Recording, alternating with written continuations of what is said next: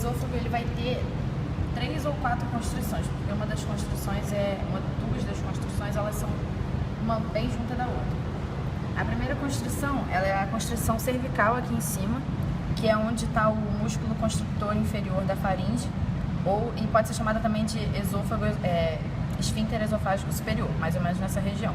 Qualquer estrutura marcada no esôfago nessa região tem que ser a constricção cervical. Aqui a gente vê que na frente do esôfago tem a traqueia e a traqueia dando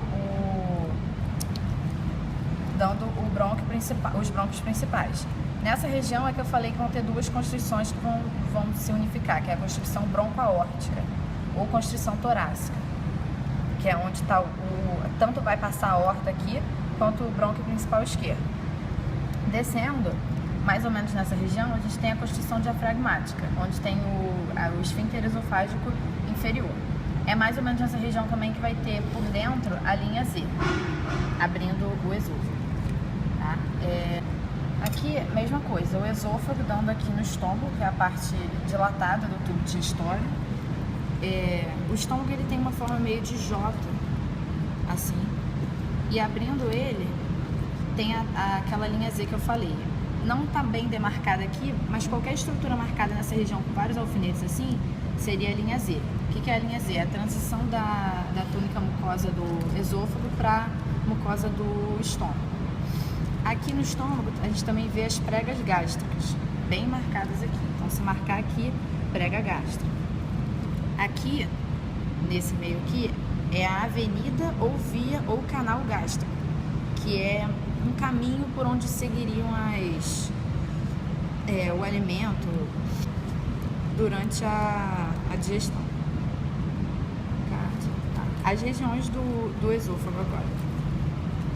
Do estômago. Não dá pra ver, mas aqui seria o fundo gástrico.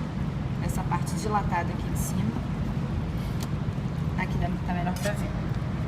Essa parte dilatada aqui, de cima, é o fundo gástrico.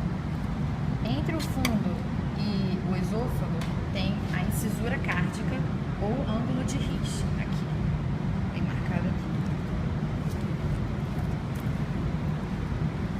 Nesse aqui também dá pra ver fundo gástrico, incisura cárdica ou ângulo de Rich.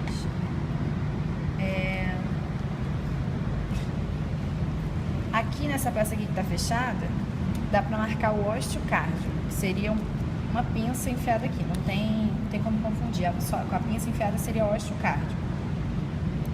A região... Tá. Então falei do fundo, a incisura cárdica, o osteocárdico, e aqui é o corpo gástrico, essa parte aqui, ou aqui, o corpo gástrico. Descendo, tem a região pilórica. Essa região pilórica ela vai ser dividida em antropilórico, que é essa parte mais dilatada aqui, e no finalzinho, canal pilórico, que é a parte que vai se estreitando. No final desse canal pilórico, a gente vê que tem uma dilatação aqui, que é onde está por dentro o esfíncter pilórico. Então, se eu abrir aqui, dá pra ver bem marcado aqui o esfíncter pilórico. Essa região aqui, que é o espessamento da camada muscular. Assim como dá pra marcar o osteocárdico aqui em cima, com a pinça, embaixo também dá pra marcar o osteopilórico. Então, sempre que botar a pinça é ósteo.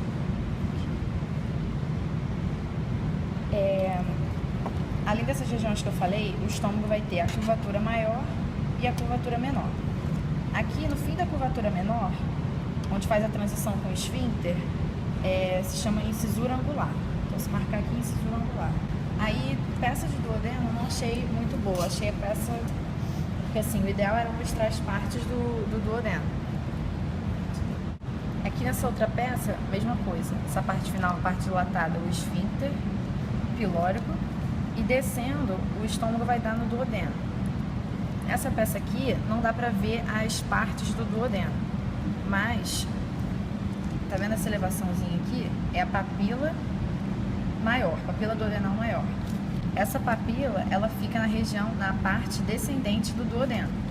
aqui por que eu sei que ela é a papila maior e essa daqui é a papila menor? Porque a papila maior fica embaixo. Tá vendo essa outra ligaçãozinha? Papila menor.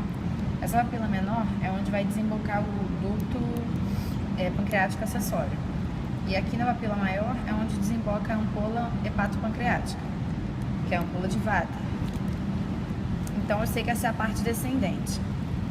As partes do duodeno são essa parte descendente, a parte superior, que é a parte que está em contato com o estômago, a parte horizontal e uma parte ascendente, bem curta no final, que é justamente a parte que vai estar em contato com o jejum. Essa transição do duodeno para o jejum, ela vai se dar nesse ângulo aqui, ou flexura duodeno jejunal. Essa flexura duodeno jejunal não tem aqui o ligamento, mas ela está suspensa por um ligamento, que é o ligamento de Treitz, ou ligamento suspensor do duodeno. Tá aí aqui. Tá. Dentro do duodeno, a gente também vê as pregas circulares. Aqui, pregas circulares. Assim, abaixo da papila duodenal maior, teria uma prega longitudinal. Também qualquer coisa marcada abaixo dela é essa prega longitudinal. Em seguida, vai ter o jejum e ilho. Jejum e ilho, eles são duas partes do intestino delgado que não são muito distinguíveis. Assim, não tem nenhuma marcação para distinguir um do outro. Mas se você pegar o início do jejum e comparar com o ilho, existem umas diferenças bem marcantes que inclusive são bem cotadas para cair na prova teórica. Algumas diferenças que dá para ver aqui na prática são em relação às pregas, que no jejum, aqui é o jejum, aqui no jejum elas são grandes e elas são mais juntas. A altura delas é maior e elas são mais juntas. Aqui no ilho elas são mais esparsas e elas são menos menor quantidade. Além disso, a gente vê que o calibre do jejum é muito maior do que o do ilho. Aqui ele é menos calibroso.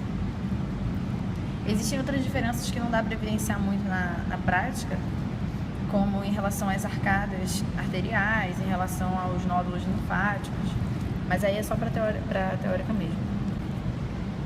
Agora de intestino grosso. O intestino grosso ele vai ter 4 partes. Então, aqui no seco, que é a primeira parte dele, é onde o ilho vai desembocar, a gente tem essa junção aqui, que é chamada de junção iliocecal. Então, se marcar aqui, junção iliocecal. Por dentro, essa junção vai dar no ósteo ileal. Então, marcado aqui, ósteo ileal. Esse ósteo ileal é esse buraco aqui, mas a estrutura em volta toda é chamada de papila ileal. E a papila ileal, ela vai ter esse lábio inferior e esse lábio superior. O lábio inferior é chamado de lábio iliocecal e o lábio superior de lábio iliocólico. Aqui nos lados, a gente tem esses frênulos, frênulo do ósteo ileal. Tá. Aqui atrás, no seco, tem esse apêndice, que é o apêndice vermiforme. O apêndice vermiforme ele vai ter um meso, que é a prega dupla de peritônio, só dele. Então, se marcar no apêndice, é apêndice vermiforme. Se marcar no meso dele, é mesoapêndice. Por dentro, esse apêndice ele vai desembocar aqui dentro do seco. Então, se marcar aqui, é ósteo do apêndice vermiforme. Ósteo do apêndice vermiforme. A posição desse apêndice em relação ao intestino é póstero-medial, posterior e medial. Sim, o intestino ele também vai ter essas pregas, só que no caso do intestino grosso são pregas semilunares, não são pregas circulares. Passando para essa peça aqui, essa seria a posição do intestino grosso no corpo. Então começa aqui, ó, o apêndice vermiforme, aí sobe e ele vai dar no cólon ascendente. Aí ele vai ter essa flexura aqui, que é a flexura hepática ou flexura do colo direito. Aqui o colo transverso. Aqui a flexura esplênica ou do colo esquerdo. E aqui descendo o colo descendente. Nessa peça não tem o colo sigmoide, porque depois do colo sigmoide ele vai dar no reto e depois no canal anal.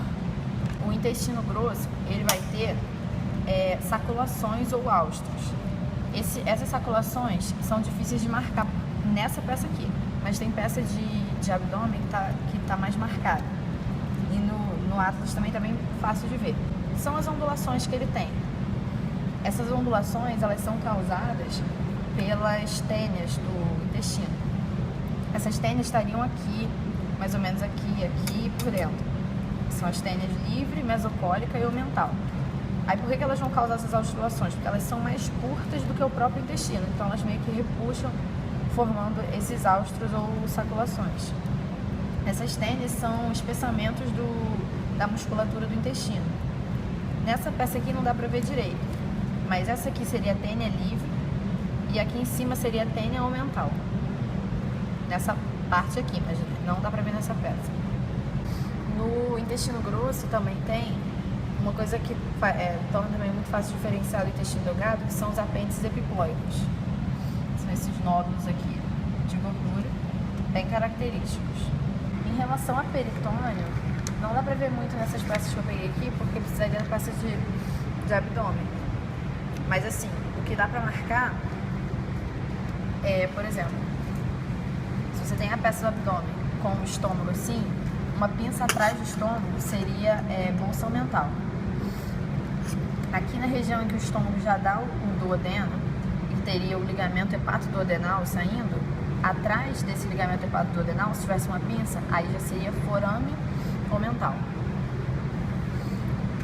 Além disso, e esse avental caindo assim por cima do intestino delgado, se marcasse ele, seria aumento maior. Tem uma peça aqui que dá pra ver, mas eu não tô com ela aqui, que daria pra ver a raiz do mesentério. A raiz do mesentério seria onde esse meso aqui do intestino delgado se fixa à parede abdominal posterior. Essa fixação seria nessa direção, ela seria da flexura do duodeno jejunal até a junção grocecal, e ela dividiria o andar inframesocólico do abdômen em dois, no lado direito e lado esquerdo. E essa divisão em andar supramesocólico e inframesocólico é dada pelo colo transverso. Outra coisa importante é que o andar inframesocólico ele é dividido em lado esquerdo e lado direito. O lado esquerdo vai ter uma comunicação com a pelve e o lado direito não, ele vai ser fechado.